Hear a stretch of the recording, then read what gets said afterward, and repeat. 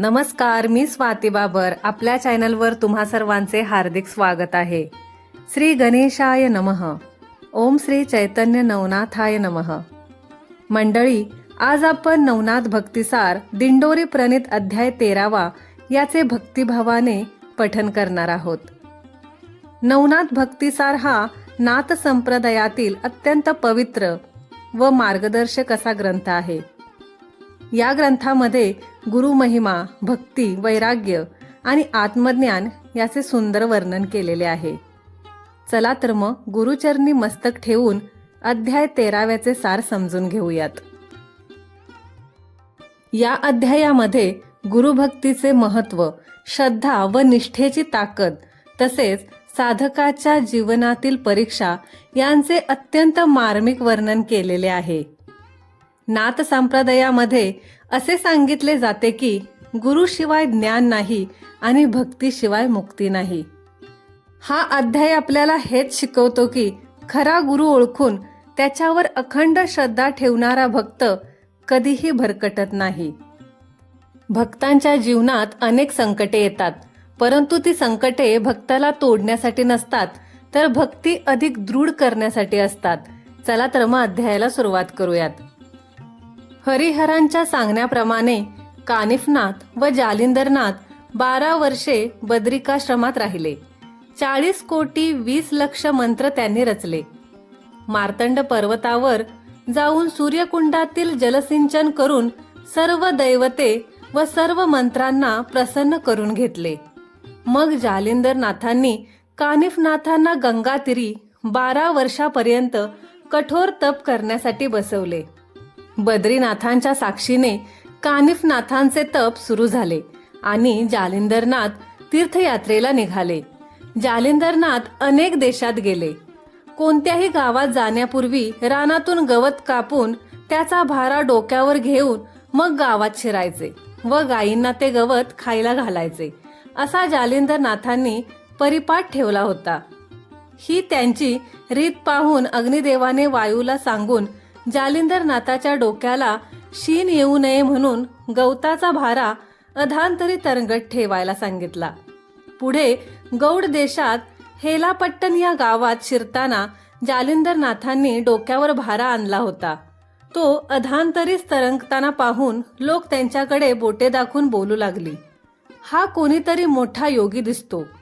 मग लोक जास्तच त्यांच्या मागे लागले. तेव्हा जालिंदरनाथ गावोगावी साधेपणाने कुठेतरी पडून राहू लागले. त्यांनी आपली विद्या व योग सामर्थ्य कधी कोणाच्या प्रत्ययाला येणार नाही अशा रीतीने दुर्लक्षित जागी राहावे व भीक मागून पोट भरावे असे वागणे चालिवले. गौड देशाचा राजा मोठा सुंदर होता. त्याचे नाव गोपीचंद. तो मोठा शूर, सद्गुणी व अफाट सैन्यबळ असलेला होता. तो पराक्रमीही होता. 1600 सुंदर स्त्रियांसह तो विलासाने जीवन घालवित होता. त्याची आई मौनावती ही मोठी साध्वी होती. तिला राजा फार मान देत असे. जालंदरनाथ हेलापट्टणातील रस्त्याने जात असताना त्यांच्या डोक्यावर गवताचा भारा होता. तो अधांतरी होता. जालंदरनाथ दिसायला अग्नीसारखेच तेजस्वी होते. त्यांनी कधीही साधे राहून तेज लपविण्याचा प्रयत्न केला तरी ते लपत नव्हते. मौनावती राजप्रसादाच्या सज्जात उभी होती. तिच्या समोर राजरस्ता होता.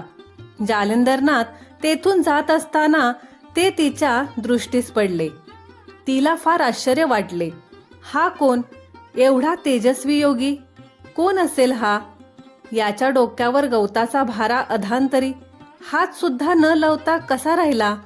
असे अनेक प्रश्न तिच्या मनात आले. जालंदरनाथ संतपणे सरळ दृष्टी ठेवून चालले होते. मौनावतीने आपल्या एका ज्येष्ठ आणि सुज्ञ दासीला बोलवले आणि तिला तो अधांतरी गवताचा भारा घेऊन चाललेला योगी दाखवला. दासी चतुर होती. तिने काय ते ओळखले. ती मौनावतीच्या कानात कुजबुजली, मोठ्या राणी महाराज, हा खरोखर कुणीतरी महात्मा आहे. मौनावतीने तिला हलकेच सांगितले, तो कोण, कोठे राहतो याचा तपास कर.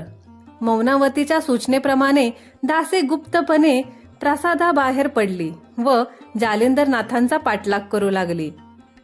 ते आपल्याच तंद्रीत चालत होते. वाटेत गायींचा कळप त्यांना दिसला. त्यांनी त्या गायींना गवत खायला घातले. मग ते तडक गल्ल्यांमागून गल्ल्या ओलांडीत एका ओसाड जागी जाऊन निवांत बसले.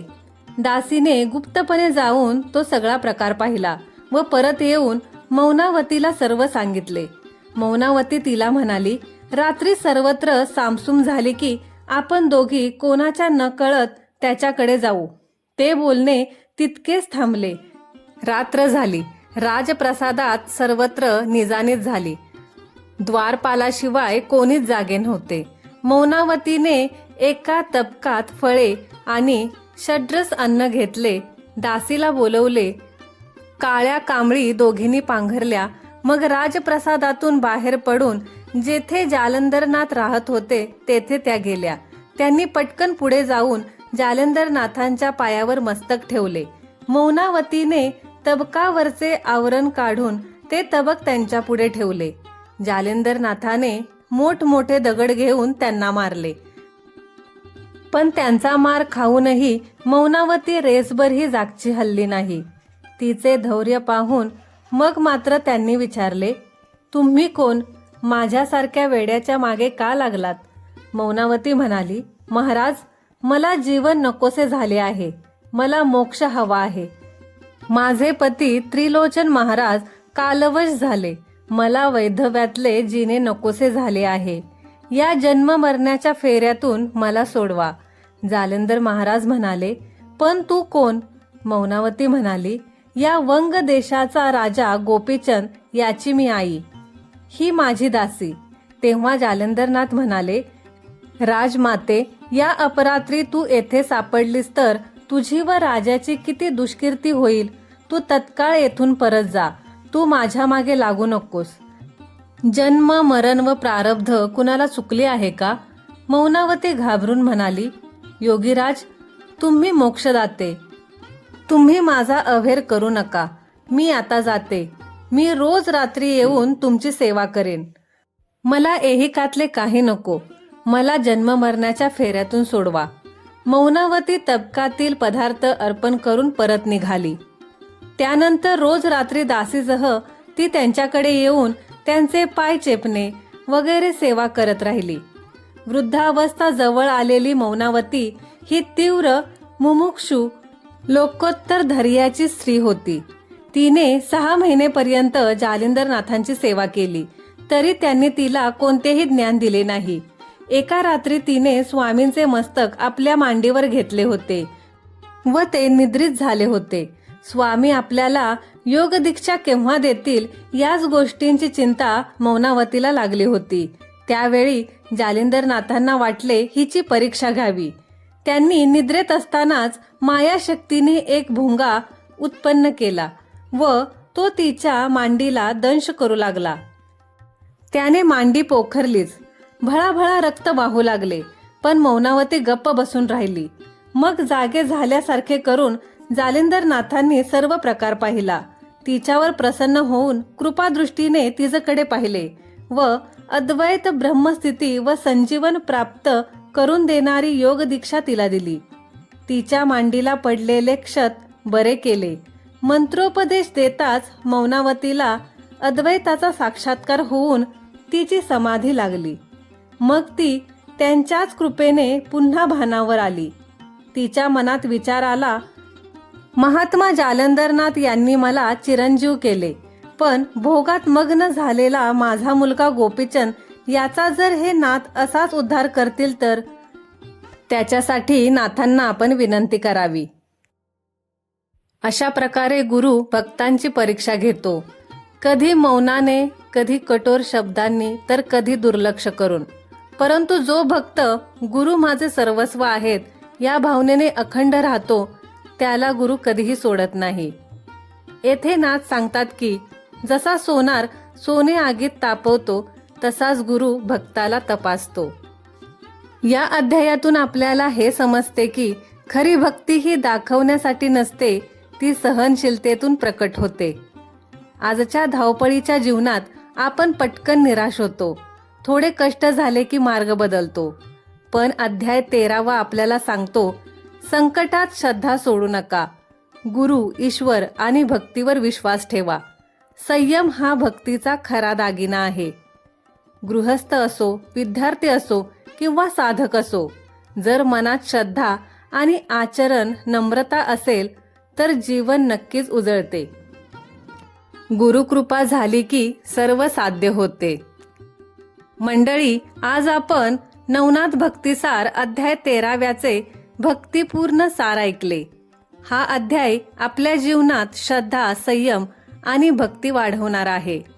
आपल्याला हा व्हिडिओ आवडला असेल तर लाईक करा, शेअर करा आणि चॅनलला सबस्क्राईब करायला विसरू नका.